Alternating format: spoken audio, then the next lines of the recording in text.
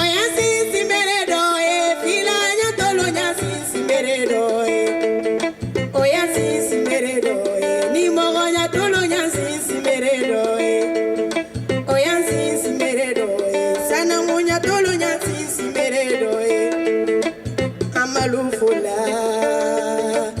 amalufola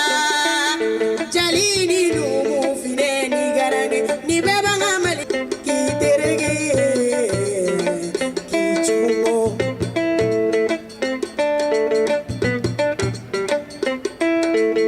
ni akauna amiterege arime malila amichomo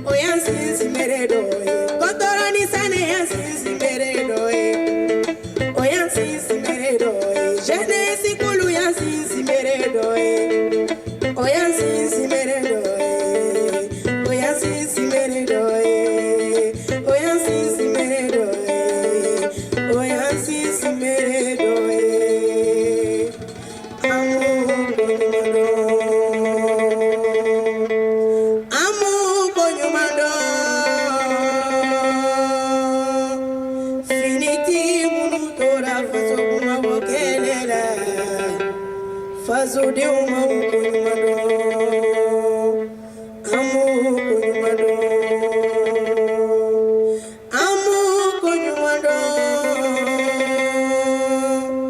sola si munutora fazo kuma wakelela, alagondema, amu kunumado.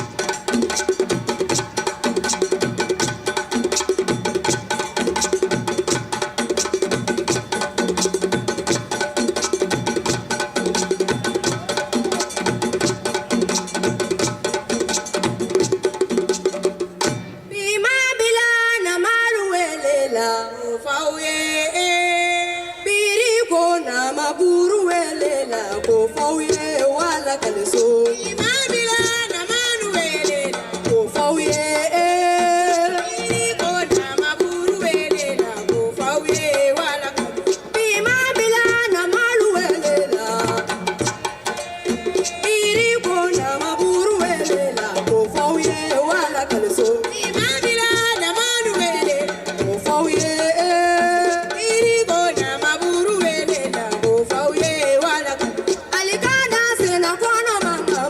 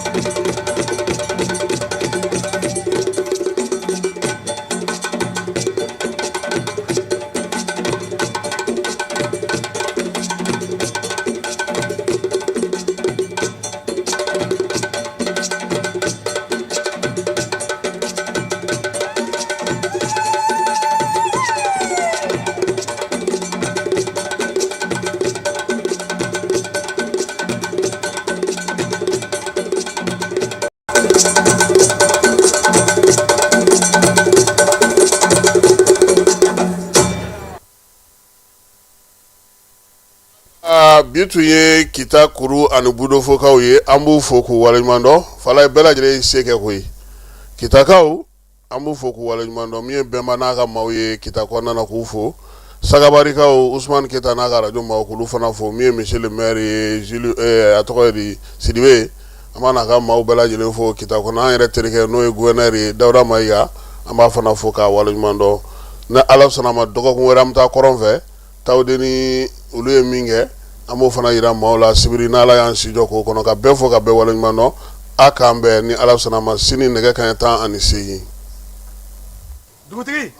ni wari dafara e passe d'a kan ka sira di ne ma. Sunkalo e kunkolo ate dugu wari ko o diba fo dugu an dugu o warata de o koni kuma t'a la sa e ka sama mɔnɛ to yen i yɛrɛ ta Sita Sidi ka numéro filɛ nin wari ci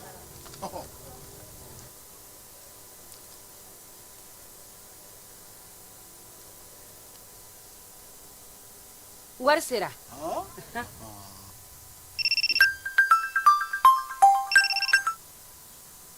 Allo i ye wari sɔrɔ o ɲɛna